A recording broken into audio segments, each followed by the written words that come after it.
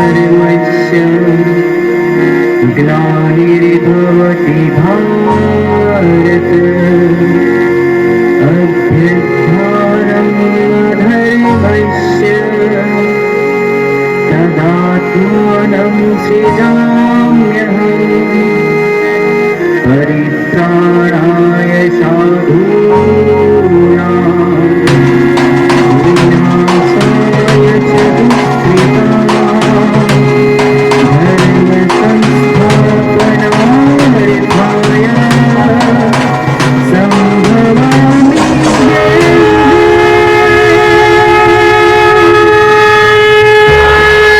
माननीय संरक्षक महोदय, आदरणीय प्रधानाचार्य, शिक्षकगण तथा मेरे प्यारे प्यारे छात्रों, आज मैं श्रीमद् भगवद गीता के जिस महान श्लोक के साथ यहाँ पे उपस्थित हुआ हूँ वो आपको अध्याय 4 में श्लोक संख्या 7 तथा 8 में देखने के लिए मिलेंगी, जहाँ भगवान श्री कृष्ण कहते हैं कि यदा यदा हि धर्मस्य ग्लानिर्भवति भारत अभ्युत्थानम् अधर्मस्य तदात्मानं सृजाम्यहम् परित्राणाय साधूनां विनाशाय च दुष्कृतां धर्म संस्थापनार्थाय संभवामि युगे युगे।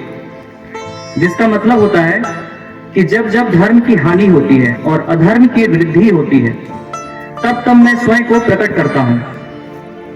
साधु पुरुषों के रक्षा के लिए, दुष्टों के विनाश के लिए तथा धर्म की पुनर्स्थापना के लिए मैं खुद को प्रत्येक युग में प्रकट करता हूं। अब यहाँ पे आप ये श्लोक तो पहले भी अपने जीवन में बहुत बार सुन चुके होंगे, लेकिन क्या आपने कभी ध्यान दिया है कि यहाँ पे भगवान श्री कृष्ण किस धर्म के स्थापना की बात कर रहे हैं? वो कह रहे हैं धर्म संस्थापनार्थाय संभवामि युगे युगे। तो क्या आपने कभी सोचा है कि भगवान श्री कृष्ण किस धर्म की स्थापना की बात कर रहे हैं? क्या वो यहाँ पे किसी हिंदू धर्म, मुस्लिम धर्म, सिख धर्म या फिर किसी बौद्ध धर्म की स्थापना की बात कर रहे हैं? जी नहीं, बिल्कुल भी नहीं। क्योंकि ये हिंदू, मुस्लिम, सिख, ईसाई जो आप सुनते हैं ये तो बस एक रिलीजियस कल्चर है। धर्म कोई कर्मकांड का नाम नहीं है, किसी पूजा पद्धति, तिलक लगाने को या फिर टोपी पहनने को या फिर किसी कर्मकांड को, किसी रिचुअल्स को, पूजा पद्धति को सिर्फ धर्म नहीं कहा जा सकता है। हाँ ठीक है, रिलीजियस कल्चर धर्म का एक हिस्सा हो सकता है, लेकिन आप इसे वास्तविक धर्म नहीं बोल सकते हैं। वास्तविक धर्म जो होता है वो तो सार्वभौमिक होता है, यूनिवर्सल होता है, सबके लिए एक होता है। श्री प्रभुपाद जी कहते हैं कि धर्म जो होता है वो दैट्स लाइक ए गोल्ड, सोना। सोना कभी भी हिंदू सोना, मुस्लिम सोना नहीं हो सकता है। उसी प्रकार धर्म भी सबके लिए एक होता है, जो सभी युगों में, हर देश के लिए और हर परिस्थिति में सबके लिए समान हो, अलग अलग नहीं हो, जो आपको सत्य के पथ पर ले चले और आपके अंदर करुणा भरे, उसे धर्म कह सकते हैं आप। धर्म वो है जो आपको अंधकार में दीपक का काम करे और आपका जब विवेक काम ना करे, आपका जब भ्रम, आपके मन में जब भ्रम हो तो उसमें आपका विवेक का काम करे। तो जो भ्रम में विवेक है वही धर्म है, जो नफरत में करुणा भरे वही धर्म है। लेकिन दुख की बात यह है बच्चों कि इंसानों ने कभी धर्म के वास्तविक मर्म को समझना ही नहीं चाहा।